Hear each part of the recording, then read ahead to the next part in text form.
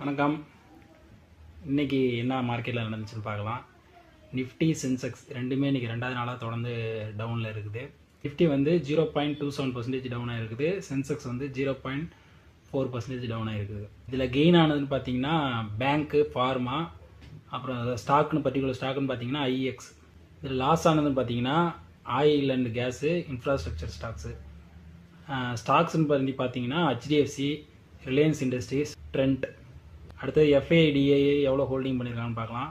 FII 107 கோடி விற்றுருக்காங்க. DII 1700 கோடி கிட்டத்தட்ட பை பண்ணியிருக்காங்க. நெக்ஸ்ட்டு ஒரு முக்கியமான இம்பார்ட்டன்ட் நியூஸ் என்னன்னு பார்த்தீங்கன்னா, ஆதார் கார்டு பிவிசி கார்டு இருக்குல்ல, அது வந்து முன்னாடி 50 ரூபாய் சார்ஜ் பண்ணாங்க. இப்போ வந்து அதை 25 ரூபாய் ஏற்றி 75 ரூபாயாக மாற்றிருக்காங்க. அடுத்தது பஜாஜ் வந்து எலக்ட்ரிக் 3 வீலர் இண்டஸ்ட்ரியில் லீடர் பொசிஷனுக்கு வந்துட்டாங்க, மகேந்திராவை பின்னுக்கு தள்ளி.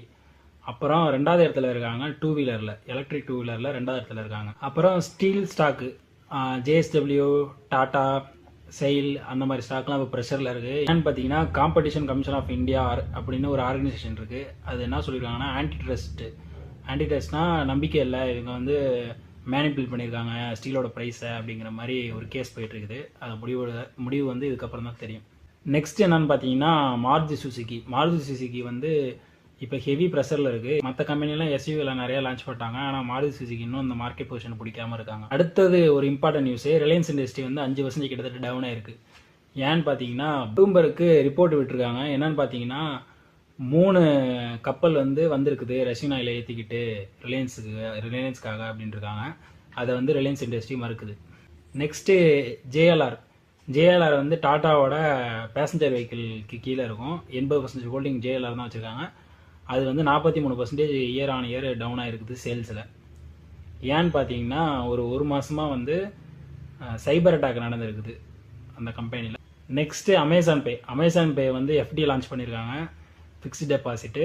இதில் வந்து கிட்டத்தட்ட ஒரு 8% வரைக்கும் இன்ட்ரெஸ்ட் தரதா சொல்லியிருக்காங்க. அடுத்த இம்பார்ட்டன்ட் நியூஸ் வந்து ஃபெர்டிலைசர் செக்டாரில் போன வருஷத்தை கம்பேர் பண்ணுறப்ப இந்த வருஷம் வந்து 15%க்கு சப்சிடி அதிகமாக இருக்கும் அப்படிங்கிற மாதிரி சொல்லியிருக்காரு. அடுத்தது சில்வர் கோல்டு ஏறுறதுக்கு ஏதுவாக உக்ரைன் மறுபடியும் ரஷ்யா மேலே தாக்குதல் பண்ணியிருக்கு, ட்ரோன் அட்டாக் பண்ணியிருக்காங்க. நெக்ஸ்ட்டு முக்கியமானது ஐபிஓ நியூஸ் என்னன்னு பார்த்தீங்கன்னா பாரத் கோக்கிங் கோல் வந்து 9ஆம் தேதி லான்ச் ஆக போகுது. அதோட கிரே மார்க்கெட் ப்ரீமியம் இப்போயே 56% ப்ளஸில் இருக்குது. இப்போ உங்களுக்கு கிடச்சிதுன்னா கிட்டத்தட்ட ஒரு 50%க்கு மேலே ப்ராஃபிட் கிடைக்க நிறைய வாய்ப்பு இருக்குது. அப்ளை பண்ணுறவங்க அப்ளை பண்ணி பார்க்கலாம். வெனிசுலா தான் உலகத்திலே அதிக ஆயில் ரிசர்வ் வச்சுருக்காங்க. அப்படி வச்சுருந்த போதிலும் உலக லெவலில் வெறும் 1% தான் ப்ரொடியூஸ் பண்ணுறாங்க வெனிசுலா. வந்து இந்தியாவோட ஒரு நாள் யூஸ் பண்ணுறத விட கம்மி தான். Okay, thank you.